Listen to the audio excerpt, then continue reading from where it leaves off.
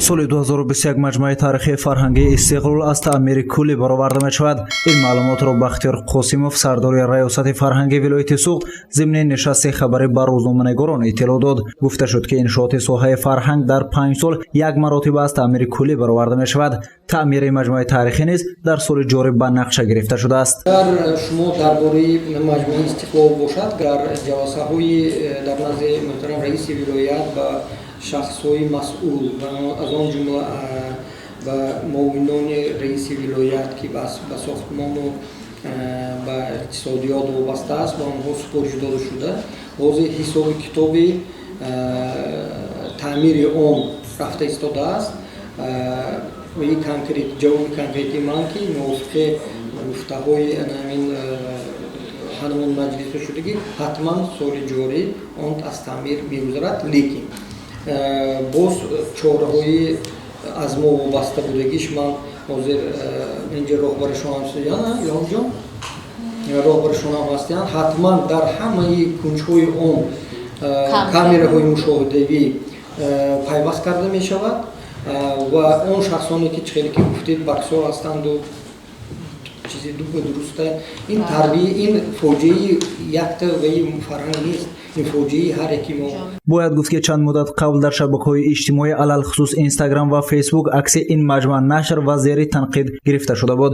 инчунин бархе аз рӯзноманигорон аз ҳоли ин маҷмӯъ гузоришҳо омода намуда буданд. бояд гуфт ки пандемияи коронавирус ба фаъолияти ҳамаи муассисаҳои соҳаи фарҳанг низ таъсири худро гузоштааст. дар ҳамин давраи соли 2020 ба ин маҷмӯъ зиёда аз 60 нафар сайёҳони хориҷӣ ва 14 000 нафар сайёҳони дохилӣ ташриф оварданд. дар давраи соли 2019 ба ин маҷмӯъ 1250 нафар сайёҳони хориҷӣ ва 22 000 нафар сайёҳони дохилӣ аз ин маҷмӯъ дидан намуданд.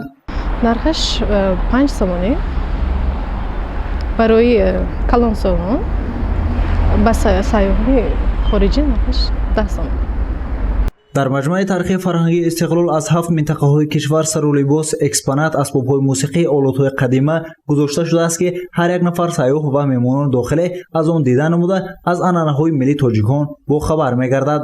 инчунин дар нишасти хабарӣ Бахтиёр Қосимов, сардори раёсати фарҳанги вилояти Суғд афзуд ки дар соли гузаштаи 2020 боғи фарҳанги фароғатӣ Тоҷикистони ноҳияи Масчоб бо маблағи 250 000 сомонӣ ва боғи фарҳанги фароғатӣ ба номи Камоли Хуҷандии маҷмӯи фарҳангии таърихи қалъаи Хуҷанд бо мақсади ободонӣ зиёда аз 500 000 гулу дарахтон шинонида шудааст. бо ҷалби соҳибкорони роҳравҳои боғи фарҳангии фароғатӣ ба номи Ашурмат Назарови ноҳияи Спитамин сафолатпӯш карда шуд. даромадгоҳи боғ бо чароғакҳои ранга аз ҷониби соҳибкорони боғ ба маблағи 1700 сомонӣ муҷаҳҳаз гардид. бо мақсади сохтан ва таъмиру тармими муассисаҳои фарҳангӣ, таъмини рушди устувори муассисаҳои фарҳанг дар марҳилаи нави пешрафти ҳаёти иҷтимоӣ, иқтисодӣ ва фарҳангии вилояти Суғд қарори раиси вилояти Суғд аз 11 майи соли 2018 таҳти рақами 183 дар бораи барномаи сохтмон ва таъмиру тармими муассисаҳои фарҳанги Суғд барои солҳои 2018-2020 ба тавсиб расидааст. ба маълумоти ин ниҳод иҷроиши барномаи мазкур дар вилоят 80%-ро ташкил медиҳад. гузориши Саид Мухтори Саиданвар, Наимҷон Аюбов барои барномаи иттилоъотии Хабар.